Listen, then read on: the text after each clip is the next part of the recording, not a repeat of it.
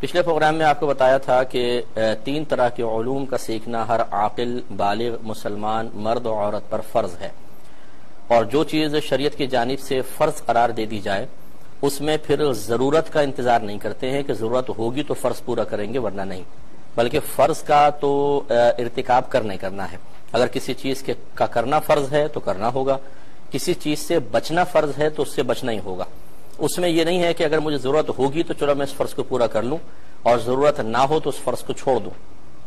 علم بھی ایک ایسی چیز ہے کہ اس کا کچھ حصہ ہر عاقل بالغ مسلمان مرد عورت پر سیکھنا لازم قرار دے دیا گیا ہے۔ اللہ تبارک و تعالی ارشاد فرماتا ہے کہ فَاسْأَلُوا أَهْلَ الذِّكْرِ إِن كُنتُمْ لَا تَعْلَمُونَ، اگر تم نہیں جانتے تو اہل علم سے سوال کرو۔ اب یقینی سی بات ہے، اگر تم نہیں جانتے تو ہم تو لاکھوں چیزیں نہیں جانتے، اگر ہر چیز کے جاننے کا مکلف بنا دیا جائے اور علماء کے پاس ان نامعلوم چیزوں کی معلومات حاصل کرنے کے لیے جانا لازم ٹھہرا دیا جائے تو بہت شدید حرج ہے۔ تو ضرور اس کا کچھ نہ کچھ ایسا حصہ ہوگا کہ جو بغیر حرج اور تکلیف کے ہم آسانی سے سیکھ سکیں، یا اگر بالفرض اتنے حصے میں اگر حرج یا کوئی مشقت محسوس ہو تو اس کو برداشت کرنا ہی پڑے گا، باقی تمام علوم کا سیکھنا لازم قرار نہیں دیا گیا ہے۔ تو ہمیں وہی مقدار سیکھنی ہوگی، اسی مقدار کے بارے میں اولاً جاننا ہوگا کہ وہ کتنی مقدار ہے اور کون کون سے علوم ہیں، جس کی تفصیل میں نے پچھلے پروگرام میں عرض کی تھی۔ اسی طریقے سے نبی کریم صلی اللہ علیہ وسلم ارشاد فرماتے ہیں کہ طلب العلم فریضۃ علی کل مسلم، علم کا حاصل کرنا ہر عاقل بالغ مسلمان مرد و عورت پر فرض ہے۔ تو اس میں فریضہ کے الفاظ آ گئے، لازم قرار دے دیا گیا کہ انسان علم کو سیکھے۔ تو یہ میں نے آپ کو بتایا تھا کہ شریعت نے کم از کم ہمیں اس بات کا مکلف بنایا ہے کہ ہم عقائد بمع دلائل سیکھیں، اسی طریقے سے وہ احکام جن کا تعلق ہماری عملی زندگی سے ہے، چاہے وہ عمل عبادت کی شکل میں ہو، چاہے لوگوں سے کوئی معاملہ طے کرنے کی صورت میں ہو، دونوں کا ہمیں علم سیکھنا ہوگا۔ اور یقیناً چونکہ شیطان نے اللہ تبارک و تعالیٰ کی بارگاہ میں ایک طرح کا چیلنج پیش کیا تھا کہ تو اگر مجھے قیامت تک مہلت دے دے تو میں تیرے بے شمار بندوں کو اپنے ساتھ جہنم میں لے کر جاؤں گا، تو اللہ تبارک و تعالیٰ نے جواباً ارشاد فرمایا تھا، جس کا مفہوم یہ ہے کہ میرے مخلص اور نیک بندوں پر تیرا کوئی زور نہیں چلے گا، ہاں جو تیری اطاعت کریں گے، تیرے متبعین ہوں گے، میں ان کے ساتھ تجھے ان کے ساتھ سب کو جہنم میں ڈال کر تم سب سے جہنم کو بھر دوں گا۔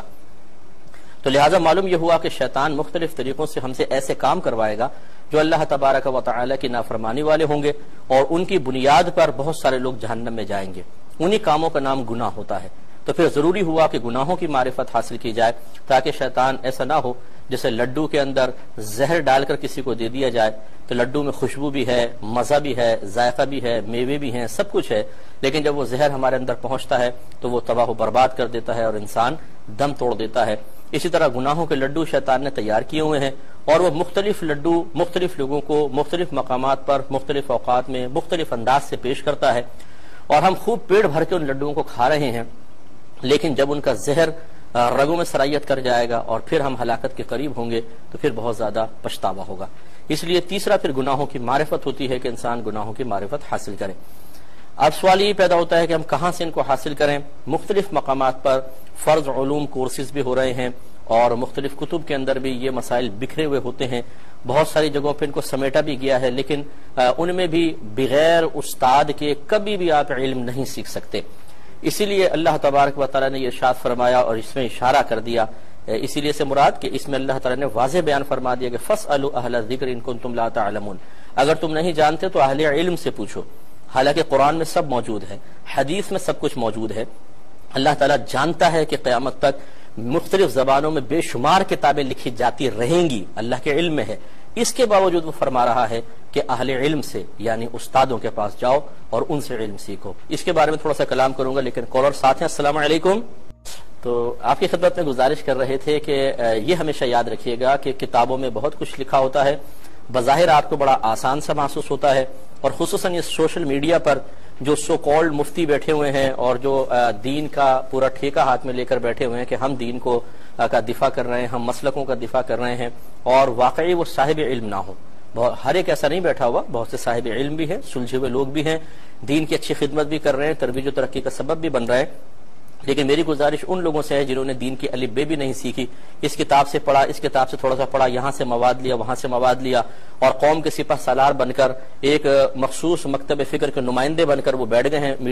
سوشل میڈیا پر، اور جس کی چاہتے ہیں عزت کی دھجیاں بکھیر کر اپنی آخرت کی بربادی کا سامان کر رہے ہیں۔ تو اس طریقے سے بغیر کسی کی مدد کے علم سیکھ کر یہ سمجھنا کہ میں بہت ہی بلند و بالا مقام پر پہنچ چکا ہوں، یہ جہالت کی بات ہے۔ آپ وہ حکمت نہیں جانتے جو یقیناً اللہ تبارک و تعالی جانتا ہے، اسی لیے اللہ تعالیٰ نے ارشاد فرمایا کہ فاسألوا اہل الذکر ان کنتم لا تعلمون، اگر تم نہیں جانتے تو اہل علم سے سوال کرو۔ لہٰذا اہل علم سے رابطہ رکھنا بہت ہی زیادہ ضروری ہوتا ہے۔ اب آپ کا سوال یہ ہوگا کہ وہ کون سے اہل علم ہیں اس دور میں کہ ہم ان سے رابطہ رکھیں؟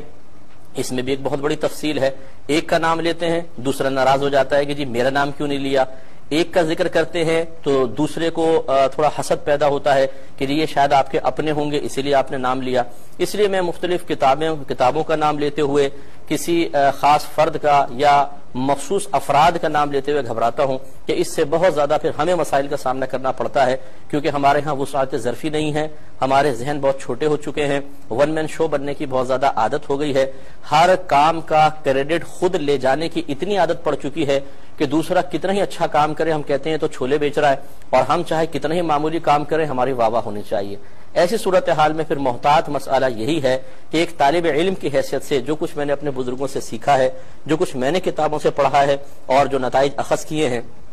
یا تو ان کو کتابی شکل میں لایا جائے، انتہائی عام فہم شکل میں کہ عوام بھی ان کو آسانی سے پڑھ سکے، اور اس کے ساتھ ایک رابطہ نمبر بھی دیا جائے کہ کوئی بات مشکل لگے تو آپ معلوم کریں۔ تو اس پر میں انشاءاللہ ورک کر رہا ہوں کہ ان تمام چیزوں کے لیے ہم کتب لکھ رہے ہیں، لیکن اس پر ٹائم لگے گا۔ اور دوسرا ایک یہ ہمارا پروگرام بھی ہے، تو میرا یہ ارادہ ہے کہ انشاءاللہ میں کم از کم فرض علوم جتنے بھی ہیں وہ آپ کو اس احکام شریعت کے سٹیج سے ایک دفعہ بیان کر دیے جائیں۔ اسی لیے یہ تمہید بھی میں نے کافی لمبی اس پر باندھی کہ اور عذر میں نے آپ کو پہلے بیان کر دیا کہ کیا وجہ ہے کہ اگر کسی معقول شخص کا اگر نام لیا جائے تو دیگر بہت سے غیر معقول بیچارے پریشان ہو جاتے ہیں اور کہتے ہیں کہ جی ان کا نام لے دیا، ہمارا نام کیوں نہیں لیا۔ یعنی باقاعدہ فون کر کے میسیجز پہ اور اس طریقے سے اپنا شکوے کا اظہار کرنا کہ ہمارا نام بھی لیا جائے، تو اس لیے پھر وہ ہم محتاط ہو کر کے نام کسی ایک کا لینے سے بڑے مسائل پیدا ہوتے ہیں۔ تو ہم گزارش کریں گے کہ نیکسٹ سیٹرڈے سے انشاءاللہ عز و جل احکام شریعت کے شروع میں جو ہمیں تھوڑا بہت موقع ملتا ہے، پھر تو ہم کالز کی طرف آ جاتے ہیں، اس میں انشاءاللہ فرض علوم سکھانے کا آغاز کیا جائے گا۔